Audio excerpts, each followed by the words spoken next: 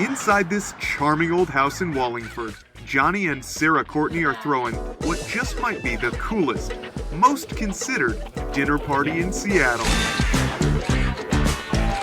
The idea is that you're at your best friend's house who knows how to cook and also has some fun wine on deck to throw you like a really nice fun dinner party. It's kind of the plan here. Even hours before service, the vibe at Atoma just feels right. The kitchen is humming, the details on point. This is fine dining, set to a soundtrack of funk music and 90s hip-hop.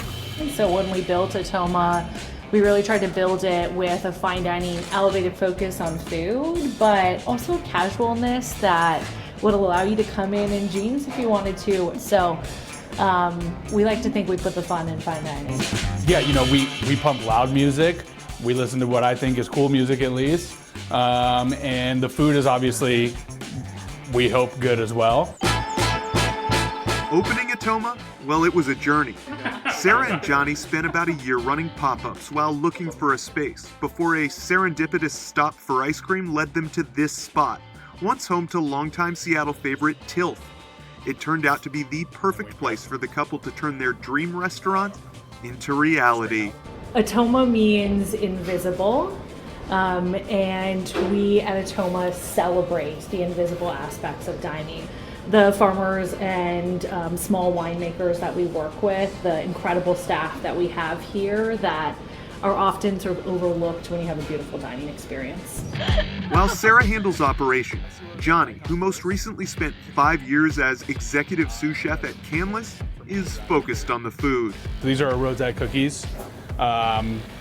These molds we actually got from Sarah's grandpa. They're traditionally like covered in powdered sugar right out of the fryer. We do ours like a slightly different. We've got a little Walla Walla onion jam here. We just pipe these right in the middle. I was born in South Carolina. I was raised in New Mexico. My mom's a chef. We lived in Colorado. We lived in Australia, Mexico, Seattle. So like the idea is to kind of take and draw on all these different influences and distill it down into something that's kind of uniquely us and look at it through kind of a Pacific Northwest lens and kind of what we have available to us. And then we finish these off. We just take like all of our kind of spring onions and green garlic and leeks and stuff and tops, and we make this nice little powder here that we just kind of finish them off with. These rosette cookies, filled with onion jam and farmer's cheese, earned raves from the New York Times. But there's no guarantee they'll stay on the menu.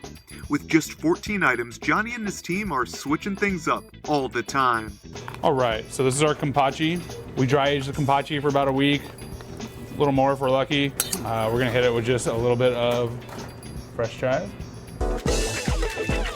Guests are encouraged to order as many items as they'd like, then let the kitchen course it out, like an informal choose-your-own-adventure tasting menu. My hope is that the current menu is always a really good representation of what we can currently get our hands on that's cool, and kind of like what we're inspired by in the kitchen at the current moment.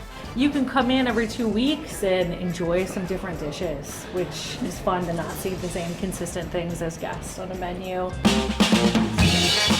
Yes, at Atoma, they take the food and the drinks seriously, but the experience is all about fun.